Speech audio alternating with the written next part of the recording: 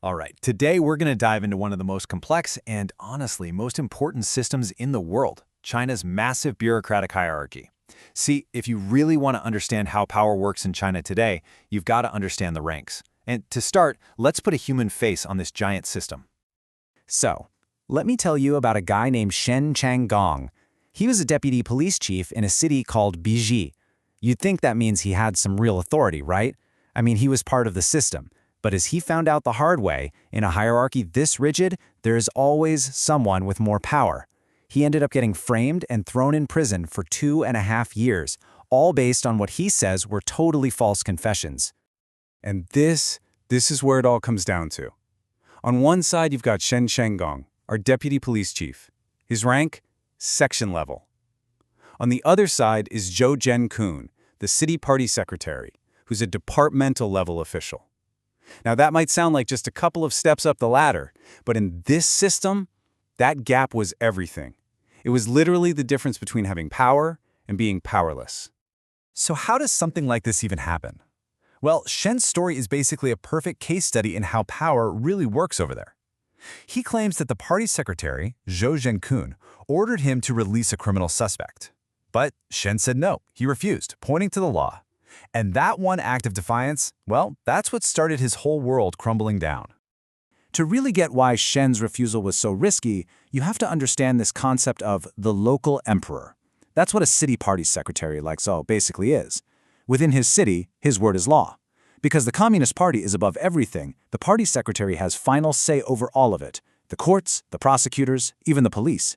His power is pretty much absolute in his own little kingdom. So how does a local emperor crush a subordinate who won't play ball? The system is simple, and it is brutally effective. First, the party secretary controls the organization department. That's the department that decides who gets hired, fired, and promoted. But for punishment, he can just call up the party's own internal police, the Discipline Inspection Commission.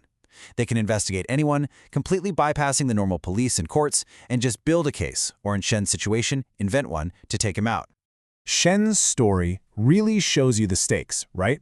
It shows what happens when these ranks collide in the real world. So now, let's zoom out and actually break down the formal structure behind all this power. And we have to start with the most fundamental concept of all. You need to know this word, bianzi. It's basically the official, state-funded headcount for any government office. If you are within the bianzi, you're a real civil servant. You've got the job security, the status, you are in. If you're not, you might be a contractor or an auxiliary officer, but you're on the outside looking in. It's the first and most important dividing line. And okay, once you're in, this is the ladder you've got to climb. There are 10 core ranks, all the way from the very top, national level, down to the bottom, the section level. Remember our deputy police chief, Shen Chenggang? He was right down here, at section level. And the party secretary who took him down, Zhou Zhenkun? He was all the way up here, at departmental level. That's 2 entire grades, which means a whole world of power separating them. You know, just seeing the ranks on a chart doesn't really tell the whole story. To really get it, you have to understand just how intense the competition is to climb this ladder. It's a real pyramid. Get this. The last time they released official numbers, back in 2015, China had just over 7 million official civil servants. 7 million people. That is the massive base of the pyramid we're talking about. And this chart just shows you how incredibly steep that climb really is. A staggering 90% of all those civil servants will never, ever reach a real leadership position. Only about 9% of them make it to what's called county level, which is the first real step into management. But from there, look how narrow that funnel gets.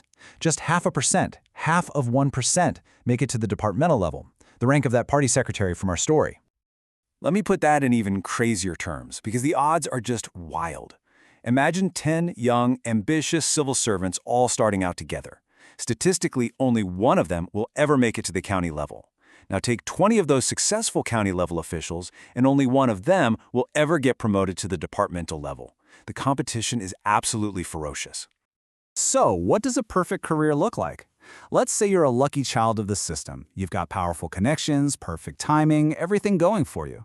Even if you get every single promotion right on schedule, with not a single delay, it would take you a minimum of 21 years to get from a basic clerk to the ministerial level.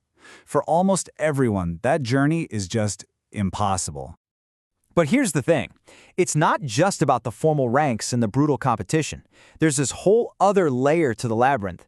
In a lot of places, especially smaller cities and counties, there are these unwritten rules that, honestly, matter way more than any official chart. Check this out.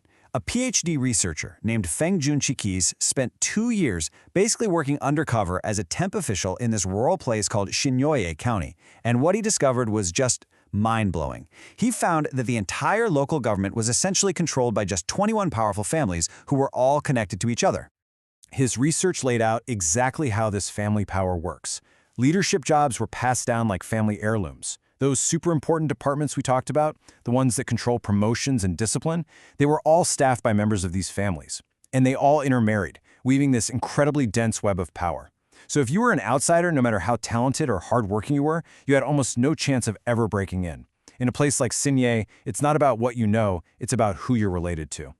So you put it all together. The rigid hierarchy, the insane competition, and these unwritten rules of family power.